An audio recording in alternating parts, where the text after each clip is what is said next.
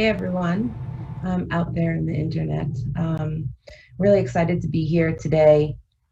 Make sure you guys can hear me, to talk a little bit more about these bills that are pending. As we know, there's been a desperate need for money for many, many years now within the community, within the equity community. And as we've heard from all the speakers earlier, this lack of money creates a domino effect where equity participants become reliant on outside investors, many of whom are predatory. And it's also important to understand and remember, and Aaron touched on this a bit, that even when a deal isn't predatory, it might still just not be a good deal. And when it comes down to kind of equity and cannabis, and especially when we think about kind of the population and communities that we're hoping to uplift and build up, often folks come to the table without having a lot of business expertise.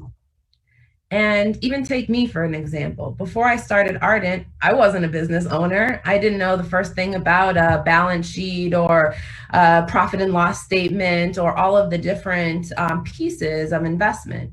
And now my company is 6 years old this month, and I'm still learning every single day. And the nuances within the investment side of the company have really taken me 6+ years to get a real grip on those pieces. And so I've seen a lot of deals come across the table for folks that I support and help and advise. And a lot of the deals are absolutely 100% predatory, no doubt. Other deals aren't great deals for the operator, but they actually could be better deals, right, with some negotiation. So there's always kind of negotiation that needs to happen. And just for equity participants out there, it really is important when you're talking to investors that you're kind of pushing back and advocating for your rights. Now, you can see where the challenge of that comes up, right? Equity owners, any business owner in this space has 12,000 things on their plate to do in addition to trying to get their investment. And really what ends up happening is shady actors, in addition to folks who are just sharks but good investors, end up really having the upper hand on equity applicants. And frankly, based on the history of this industry, what we're trying to achieve here, loan funds in many ways are a day late and a dollar short, right? Because we are many, many years into this industry. And I know probably almost all of us can count more than a handful of people that we've known that are really worthy applicants that probably are stuck and maybe may not even make it anywhere. And that's very, very unfortunate. And that is why, despite the fact that this should have happened many, many years ago, it's really important for us to seize the opportunity now to ensure that it does happen. And I do believe that we're at a point where both HCA reform and loan funding is possible within this session if we really come together as a united front and talk about and ensure that that happens. And I know that it will make a huge difference as we discuss, because people will have that freedom to move and grow their businesses. And it can be very, very difficult when you take a not so great deal in the beginning and really stop you from being able to grow your company in the way that you want to grow it. So there are several bills pending related to loan funding, and they mostly differ in the ways of how much money is allocated in the bills, where that money is coming from. The third part is who is administering that bill. And then the fourth is in what form is the money coming in to folks. And so we'll do a quick run through of the bills right now. And I'm going to start with 176. So there's House Bill 176, and this one has the least teeth of all the bills. And it says that there's going to be a technical assistance fund. This one would be administered by the Secretary of Housing and Economic Development. And the purpose of H176 is to encourage and facilitate assistance to social equity applicants seeking to enter the cannabis industry in Massachusetts. And while it mentions loans, there's actually no funding for it. So really, in many ways, as we heard before, this is more of an aspirational bill than anything, because there's no pathway for it to actually create money in people's pockets. And so that's 176. House Bill 177,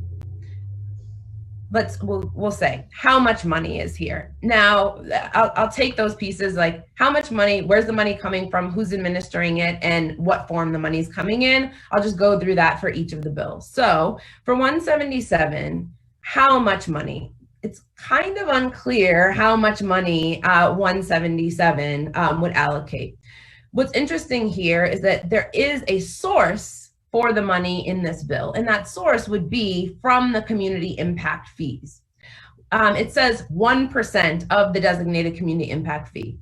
And the reason why that's ambiguous is because it's not clear if that's 1% of the 3% or 1%, an entire 1%, which would be 33% of the entire community impact fee. This one houses this fund with the Secretary of Housing and Economic Development. It mentions no interest loans and social equity program costs, but again, there's quite a bit of ambiguity in this bill. And I think that everybody is on the same page that none of these bills is perfect. At the end of the day, what we're hoping is that the legislature will craft something that really hits at all of the pieces that we've been discussing today and, within the community. Moving on to H178, and again, it's also important to understand kind of who the folks are that are putting bills forward. As was mentioned before, Hannah Kane is behind this particular bill, and I think that there is a concern, certainly, at the end of the day, legislation can be agnostic, but it is important to understand and push for broader mandates, especially when projects are coming from folks that have traditionally been anti-equity. So H178 establishes a cannabis community empowerment fund. Again, there's the ability for folks to donate privately. There is also this conflation within this bill about what giving revenue would do, and it says that giving 1% of revenue would satisfy the positive impact plan. And obviously there are many different feelings about whether or not that is accurate. Of course, what we really want folks to do is to be donating money and giving back, within a robust positive impact plan. But certainly money coming in. This one is housed by the Development Finance Agency, which would appoint a fund director rather than it being under that Department of Housing and Economic Development. There would be low and no interest loans. The positive part of this is there actually is a dollar amount that is placed in this bill. So it's $10 million annually. Obviously, we want as much money as possible. $10 million, in my opinion, is the minimum that this fund should be in order to really be able to help and support, especially if we're looking at forgivable loans. The challenge here is that there, again, is some ambiguity in this bill because it talks about an equitable cannabis industry fund, which is not the same name as the Cannabis Community Empowerment Fund. So again, there's some ambiguities in this bill. There's also some clarification within this bill that the CCC would be in charge of HCAs, but as we know, there's also some other pending legislation around that piece. Moving lastly to H158 and S63. And again, I think that this bill is the one that folks are most familiar with. It has had, quite a bit of history within the sessions and has been the subject of a lot of support and lobbying when it comes down to editing and forming this bill to have not only the ability to have loans, but also forgivable loans and grants.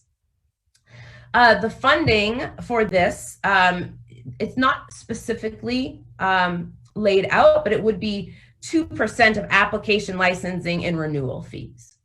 And so this actually, the CCC, we could get actual information on how much money that would be. Obviously, as more businesses come on, there would be more licensing and renewal fees there. This also would be administered by the Secretary of Housing and Economic Development.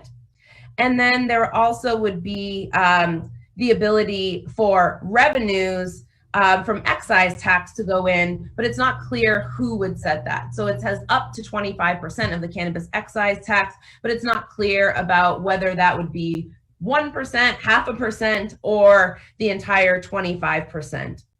And then there's also the ability, and that money would be deposited as matching to private funds that will come in.